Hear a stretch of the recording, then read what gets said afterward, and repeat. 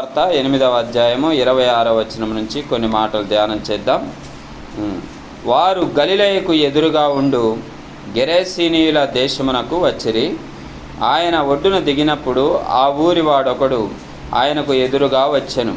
వాడు దెయ్యములు పట్టినవాడై బహుకాలము నుండి బట్టలు కట్టుకొనక సమాధులలోనే గాని ఇంటిలో ఉండువాడు కాడు. వాడు యేసును చూచి కేకలు వేసి ఆయన ఎదుట సాగిలపడి, యేసు, సర్వోన్నతుడైన దేవుని కుమారుడా, నాతో నీకేమి, నన్ను బాధించుకుమని నిన్ను వేడుకొనుచున్నానని కేకలు వేసి చెప్పాను. చిన్న మాట ప్రార్థన చేద్దాం. తండ్రి, మీకు వందనాలు, స్తోత్రాలు ప్రభా.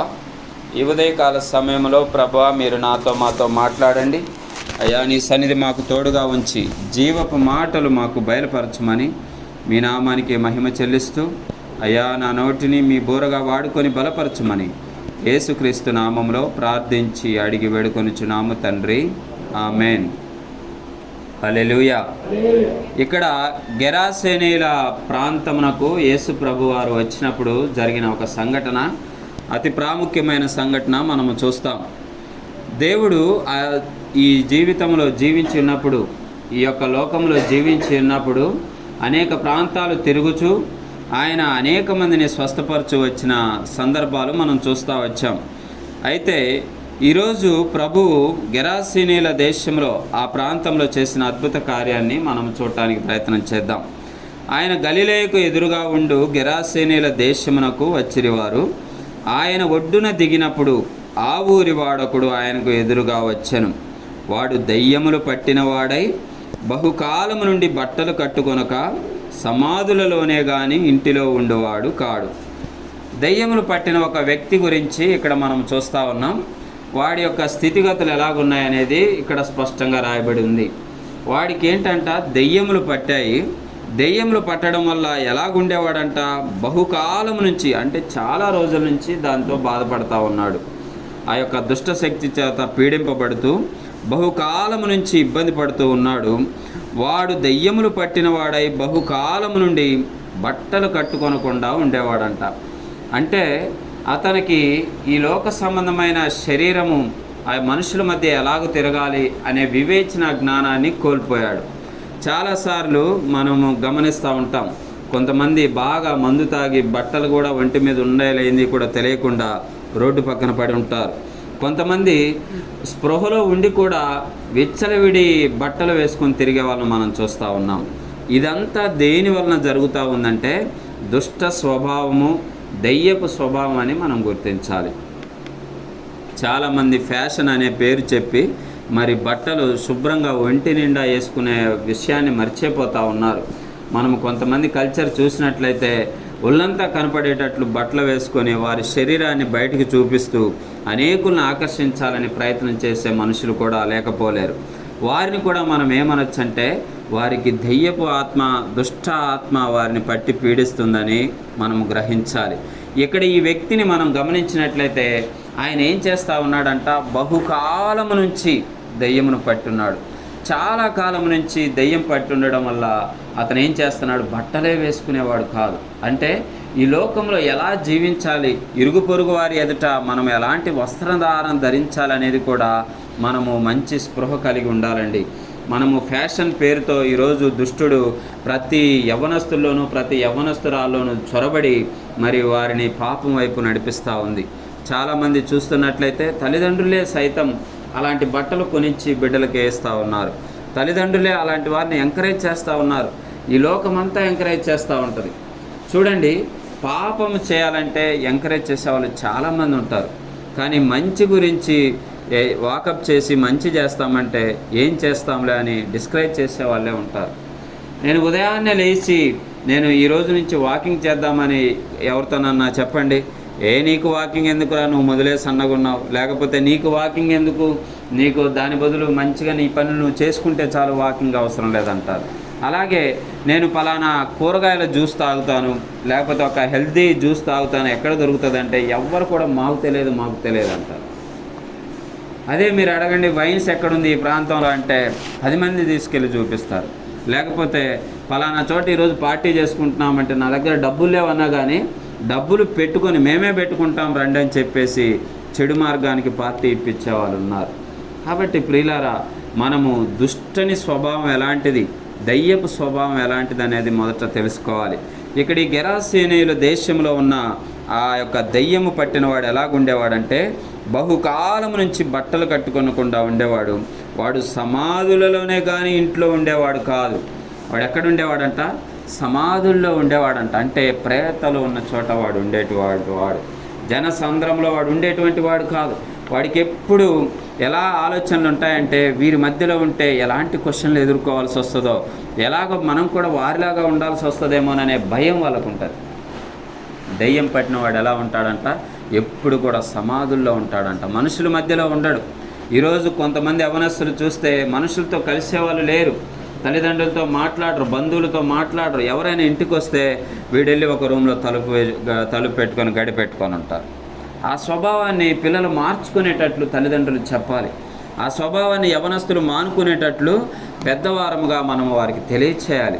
అందుకని ఈ దయ్యము పట్టిన స్వభావం ఎలా ఉంటుందంటే బట్టలు లేకుండా ఉంటారు. వాళ్ళు ఇంకా ఏంటంటే మనుషుల మధ్యలో జీవించడానికి ఇష్టపడరు. ఒకవేళ బహుశా నీకు తెలిసిన ప్రజలు కానీ నీకు తెలిసిన యవనస్తురాండ్రు మనుషుల మధ్యలో ఉండడానికి ఇష్టపడడం లేదా, వాళ్ళ ఆలోచనలు సరిగా లేవని మనం గ్రహించాలి. వాళ్ళ తలంపులు సరిగా లేవని గ్రహించాలి. వారిని సరైన మార్గంలో నడిపించడానికి మనం ప్రయత్నం చేయాలి. అందరూ దయ్యం పట్టిన వారని చెప్పలేము, కానీ అటువంటి ఆత్మచేత వాళ్ళు పీడింపబడుతున్నారని మనం గ్రహించాలి. ఈ గెరాసేనీల దేశంలో ఆ యొక్క దయ్యము పట్టిన వ్యక్తి ఎలా ఉండేవాడంటే బహుకాలం నుంచి బట్టలు వేసుకోవడం లేదు, బహుకాలం నుంచి వాడు మనుష్యులతో తిరగడం లేదు. దయ్యములు ఆ సమాధుల మధ్య వాడు తిరగడం అలవాటు చేసుకుంటా ఉన్నాడు. కాబట్టి ప్రియులారా, మనము మన చుట్టూ ఉన్న వ్యక్తులను గమనించగలిగే వివేచన కావాలని దేవుణ్ణి అడగాలి. మనం వాళ్ళ పరిస్థితులు ఎలాగున్నాయి, వారి తలంపులు ఎలాగున్నాయి చూడండి. కొన్నిసార్లు మనము న్యూస్ చూస్తూ ఉంటాం, ఆ పక్కింట్లో ఏదో హత్య జరిగి ఉంటుంది, 5-6 రోజులు అయిన తర్వాత బాగా స్మెల్ వస్తూ ఉంటేనో అప్పుడు వెళ్ళి ఇంట్లో చూస్తూ ఉంటారు. మనకి ఒక స్పృహ ఉండాలండి దేవుని బిడ్డలుగా. ఇరుగు పొరుగున ఏం జరుగుతుంది, ఇరుగు పొరుగు వారు ఎలాంటి స్వభావం కలిగి ఉన్నారు, ఎలాగా మన బిడ్డలు ఎవరితో సహవాసం చేస్తూ ఉన్నారు, ఇవంతా ఒక స్పృహ కలిగి ఉండాలి. అందుకని మన బిడ్డల్ని, మన ఇరుగు పొరుగు వారి పట్ల మెలకువ కలిగి మనము వారిని అబ్జర్వ్ చేస్తూ ఉండాలి.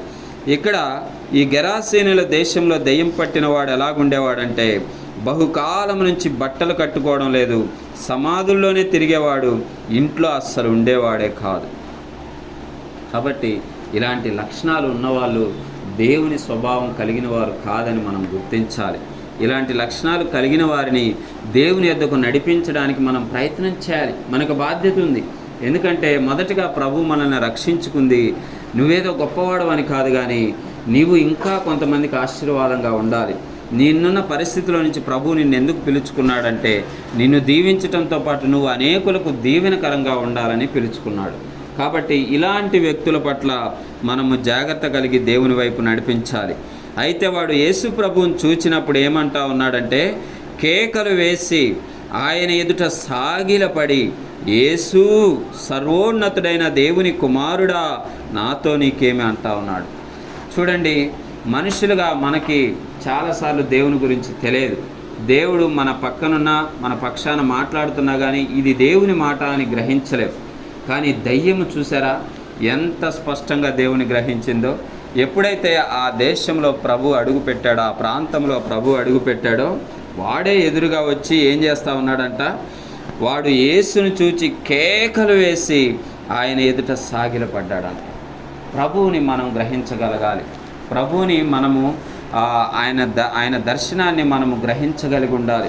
అందుకే ఎప్పుడు కూడా మనము వాక్యాన్ని ధ్యానం చేస్తూ ఉంటే ఏది ప్రభు మాట, ఏది దేవుని మాట, ఎవరు దేవుని బిడ్డలు, ఎవరు దేవుని కుమారులు అనేది మనకి గ్రహింపులోకి వస్తుంది.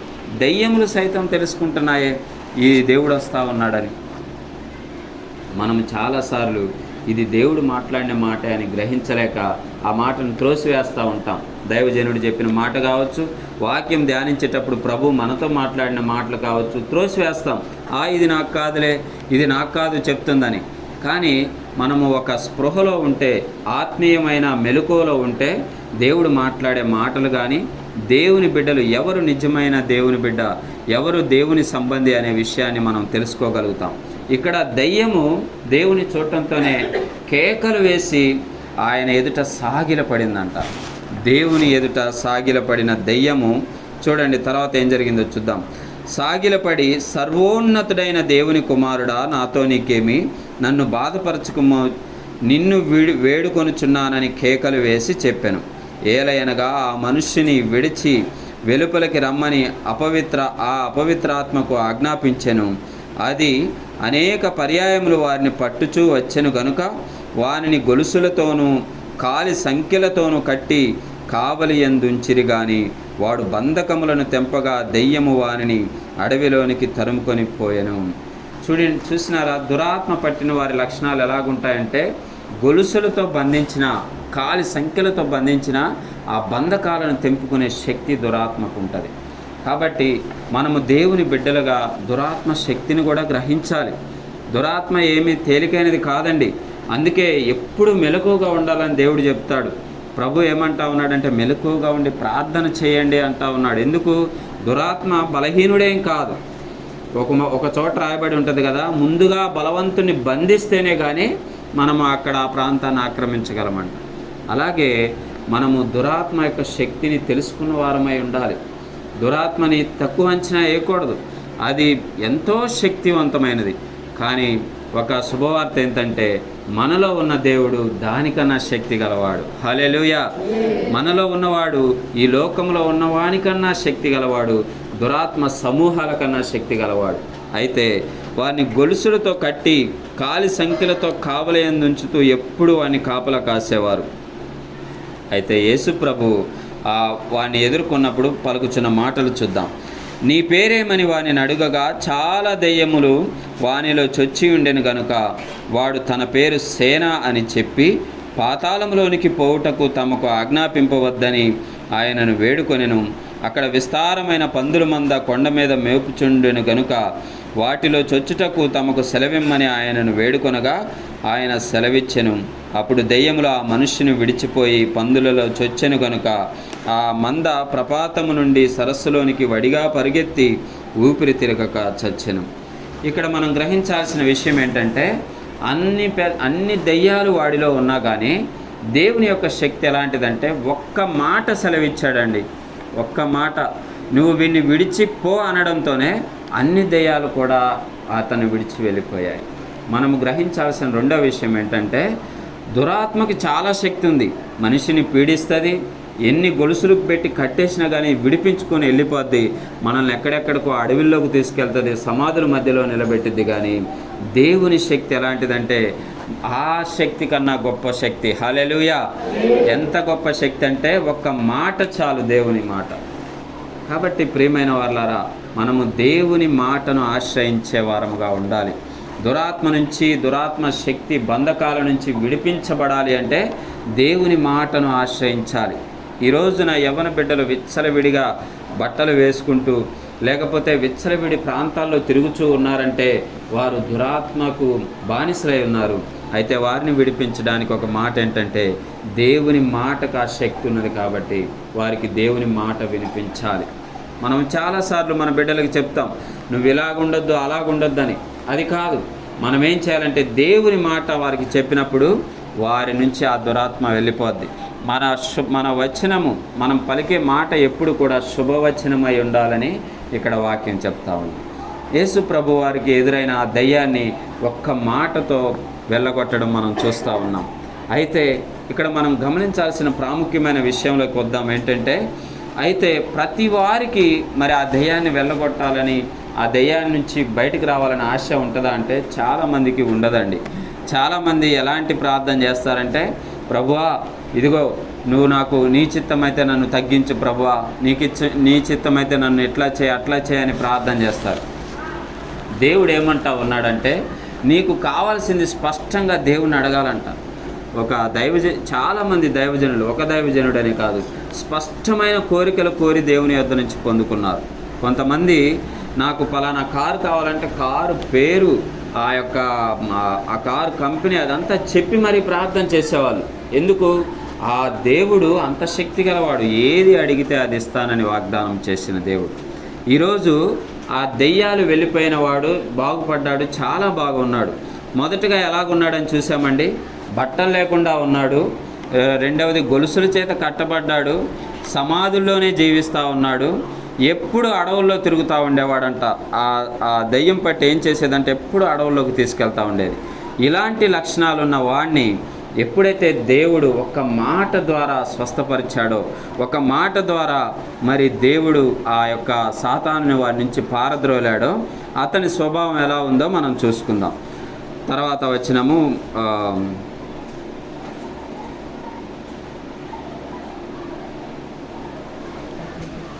35వ వచనం చూద్దాం. జనులు లూకా సువార్త 8వ అధ్యాయం 35వ వచనం. జనులు జరిగిన దానిని చూడవెళ్ళి యేసునొద్దకు వచ్చి, దయ్యములు వదిలిపోయిన మనుష్యుడు బట్టలు కట్టుకొని స్వస్థచిత్తుడై యేసు పాదాల యొద్ద కూర్చుండుట చూచి భయపడిరి. హల్లెలూయా. ముందుగా ఎలా ఉన్నాడండి వాడు? సమాధుల్లో తిరిగేవాడు, బట్టలు వేసుకునేవాడు కాదు.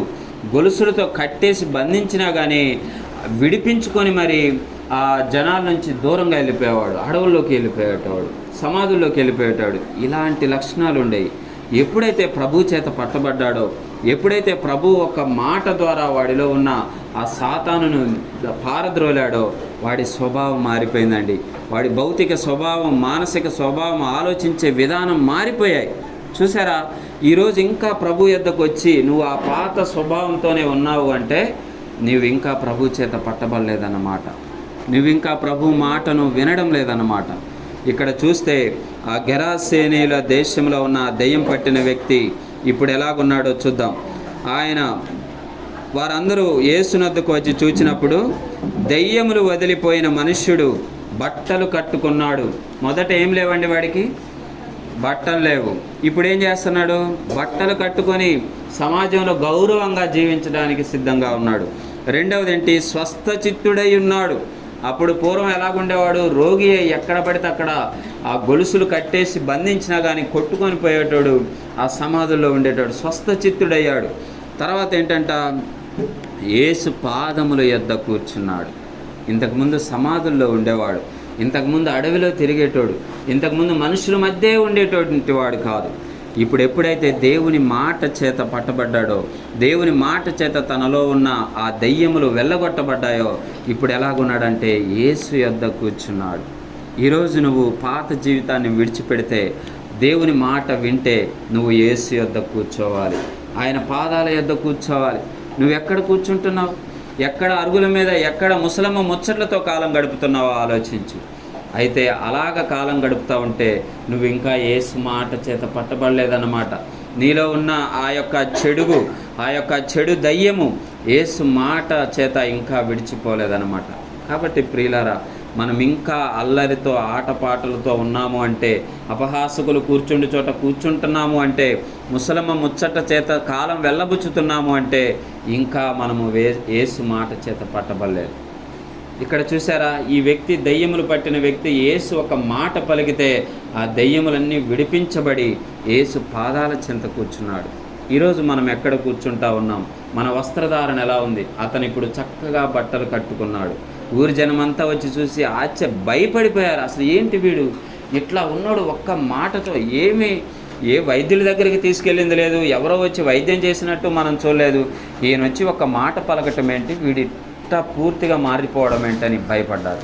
నిన్ను చూసి జనాలు భయపడే స్థాయికి నువ్వు మారాలి. అయ్యో, వీడి దగ్గర చెడు మాట మాట్లాడితే అసలు మాట్లాడటానికి భయపడాలి మన దగ్గర. కానీ నీ దగ్గరకు వచ్చి ముసలమ్మ ముచ్చట్లు అన్నీ చెప్తా ఉన్నారంటే నువ్వు దాన్ని ఎంకరేజ్ చేసేదానివని, నువ్వు దాన్ని ఎంకరేజ్ చేసేవాడు అని. కాబట్టి నువ్వు మంచి మాట వినడానికి నీ మనస్సు నిలుపుకుంటే అటువంటి మాటలే నీ యొద్దకు వస్తాయి. నువ్వు ముసలమ్మ ముచ్చట్లు వినడానికో, చెడు మాటలు, వారి గురించి వీరి గురించి మాట్లాడే మాటలు వినడానికి నీ చెవులు విప్పార్చుకొని ఉంటే ఆ మాటలే నీ యొద్దకు వస్తాయి, అవే నీకు వినిపిస్తాయి. కాబట్టి నువ్వు ఏది కోరుకుంటావు? నువ్వు నిజంగా స్వస్థపడాలని కోరుకుంటున్నావా? నువ్వు నిజంగా బాగుపడాలని కోరుకుంటున్నావా? నిజంగా నువ్వు యేసు పాదాల చెంత ఉండాలని కోరుకుంటే ఆయన మాట వినాలి. ఆయన మాట వింటే బట్టలు వేసుకున్నాడు అతను. ఆ దెయ్యములు విడిచిపోయినప్పుడు స్వస్థచిత్తుడయ్యాడు, యేసు పాదముల చెంత కూర్చున్నాడు. మనం కూడా స్వస్థచిత్తులమై ఆయన పాదాల చెంత కూర్చోవాలి అంటే ఆయన మాటకు లోబడాలి. ఆయన మాటకు లోబడినప్పుడు నీలో ఉన్న చెడు దయ్యం అది ఏదైనా కావచ్చు.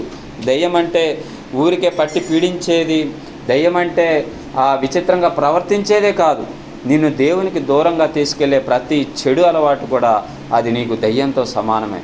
దాన్ని ఎల్లగొట్టే శక్తి యేసు మాటకి ఉంది. చెప్పండి, యేసు మాటకు ఆ శక్తి ఉంది. కాబట్టి ఆ మాట వినడానికి మనము ఇష్టపడాలి. ఆ మాట వింటే మనము మనుషుల మధ్యలో జీవిస్తాం. ఆ మాట వింటే యేసు పాదాల చెంత కూర్చుంటాం. ఆ మాట వింటే స్వస్థచిత్తులం అవుతాం. ఆ మాట వింటే దేవుడు మనకి అద్భుతాలు, ఆశ్చర్య కార్యాలు మన జీవితంలో చేస్తాడు. అటువంటి కృప దేవుడు మనందరికీ దయచేయునుగాక. ఆమేన్, ఆమేన్. అందరం మోకరించి ప్రార్థన చేద్దాం. చెప్పబడిన మాటలు మన హృదయాల్లో ఫలించేలాగున దేవుడు సహాయం చేయలాగున, అటువంటి కృప మనకు దయచేయలాగున దేవుని కృప కొరకు ప్రార్థన చేద్దాం.